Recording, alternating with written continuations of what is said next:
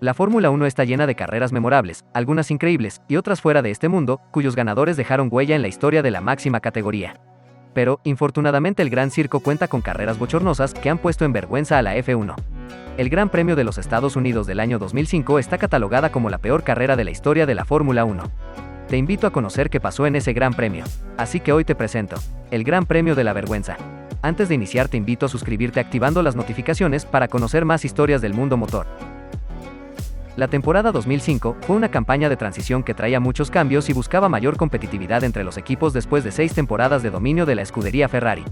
Para esta temporada llegaron varios cambios como la duración de 2 fines de semana de los motores, cambios aerodinámicos que buscaban mayor cantidad de sobrepasos, primando el espectáculo. Y el mayor de los cambios fue que en esta campaña se prohibía el cambio de gomas en la parada en los pits, por lo cual debían durar toda la carrera con un mismo juego de llantas.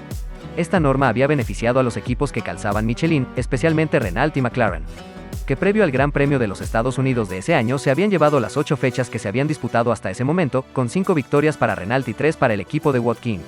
Los equipos que montaban Bridgestone, el otro proveedor de neumáticos de la categoría, estaban pasando un mal momento. Ferrari, que era su equipo principal, no había podido adaptar su auto al nuevo reglamento, y las gomas no eran lo suficientemente rápidas para luchar contra las Michelin. Aparte de tener tan solo 3 equipos clientes que tampoco podían luchar contra el resto que calzaban las gomas francesas.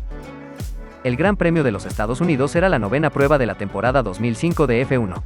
La atención se centraba en la lucha por el campeonato que tenía de líder a un sorprendente Fernando Alonso con Renault, y con Kimi Raikkonen que, a pesar de estar a 22 puntos del asturiano, venía descontando con fuerza, incluso era el ganador de la fecha previa en Canadá.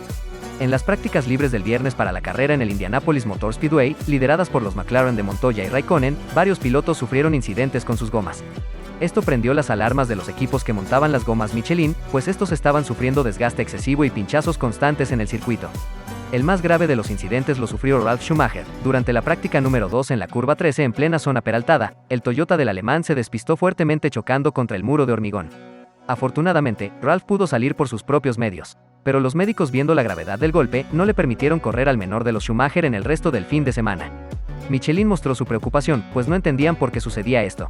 Aunque la clasificación se llevó con normalidad, dejando una pole impresionante de Jarno Trulli de Toyota, la casa francesa de neumáticos no estaba segura de que sus gomas fueran seguras para completar la carrera.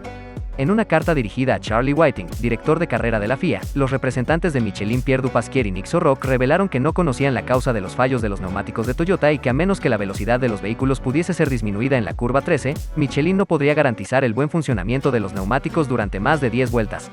En la mañana de la carrera, los equipos de la parrilla se reunieron para poder dar una solución, ya que las gomas no soportaban la carga aerodinámica de esa zona del circuito.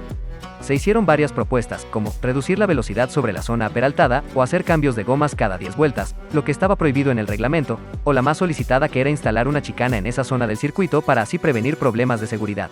Pero todas estas propuestas fueron rechazadas por la FIA y Ferrari, quien no estaba de acuerdo con las mismas. Incluso, Max Mosley, presidente de la FIA por ese entonces, mencionó que si se aplicaba cambios al circuito, o se tomaba cualquier decisión como una carrera fuera del campeonato, habría represalias fuertes contra la organización de la carrera y los equipos decaltaran las reglas con cambios de gomas. Después de las reuniones previas, y al no haber solución, los equipos con gomas Michelin, después de la vuelta de calentamiento, entraron al box para no competir en la carrera. Al haber tenido que parar, ¿no? Ahora, ¿Ferrari contesta a esto? Ya van a boxes, Sí. Están todos a boxes. Van a boxes, Los autos se quedan en boxes algunos. Acá hay una lectura. O Michelin sabe que su producto no llega y acá... 3 vueltas, se va a alargar allí, será oficialmente la largada. Miren cómo partieron las Ferrari adelante, los Jordan y los Minardi. Casi se tocan, hay 6 autos en la pista y casi se tocan un Jordan y un Minardi. Parece increíble. Allí vienen para la curva número 1 con Schumacher, Barrichello y los usuarios de Michelin. Bien, gracias, allí están. Esto dejaba un hecho insólito en la categoría, pues solo quedaron 6 autos que eran calzados por Bridgestone, los cuales eran Jordan, Ferrari y Minardi, siendo hasta ahora la carrera que menos autos ha tenido en la grilla de la F1.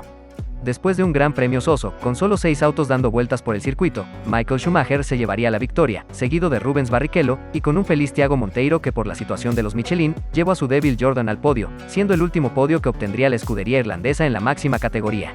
Esto causó indignación, abucheos de los asistentes, e incluso la máxima vergüenza de la categoría. Investigaciones posteriores mostraron que las gomas Michelin no eran el problema, pues desde el 2001 el proveedor francés corría en este circuito. El mayor problema es que los datos que tenían eran obsoletos, y no se pudieron ajustar a la actualidad por ese entonces del circuito, generando estrés por las altas velocidades en la zona peraltada que hacen parte del óvalo de Indianápolis. Otro factor que incidió en la falla de las gomas Michelin en esa temporada es que previo a las 500 millas de Indianápolis de ese año, la zona del óvalo fue reasfaltada, con el fin de mejorar el drenaje del mismo en caso de lluvia.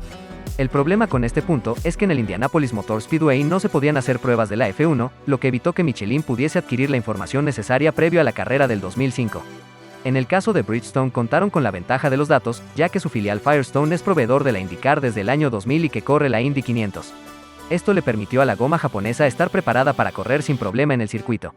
Siendo esta la razón primordial de la negativa de Ferrari a las propuestas de los demás equipos calzados con la goma francesa para el Gran Premio de ese año, ya que esa ventaja no la querían perder. La pregunta que surgió previo a la carrera era saber por qué los equipos calzados con Michelin habían tomado la decisión de no correr. No fue sino una vez que se dio inicio a la carrera que los asistentes a la misma, y los televidentes a nivel mundial, se enteraron de todo lo que sucedió en las reuniones previas al Gran Premio. Muchos pilotos calificaron al Gran Premio como una farsa. David Coulthard, piloto de Red Bull en 2005, mencionó: "Esto siembra un manto de duda sobre el futuro de la carrera en Estados Unidos". El dueño de Minardi por ese entonces, Paul Stoddart, reveló tras el Gran Premio que todos los equipos, salvo Ferrari, acordaron el no participar en la misma, y que si Jordan no hubiera cambiado de parecer en el último minuto, Minardi también hubiese boicoteado la carrera. Stoddart también indicó que, a pesar de que el fallo de Michelin al no haber provisto neumáticos confiables fue el detonante de los eventos ocurridos en la carrera, el australiano culpaba del fracaso para alcanzar un acuerdo a Max Mosley y a la FIA, señalando también como culpable parcial al director del equipo Ferrari, Jean Todt.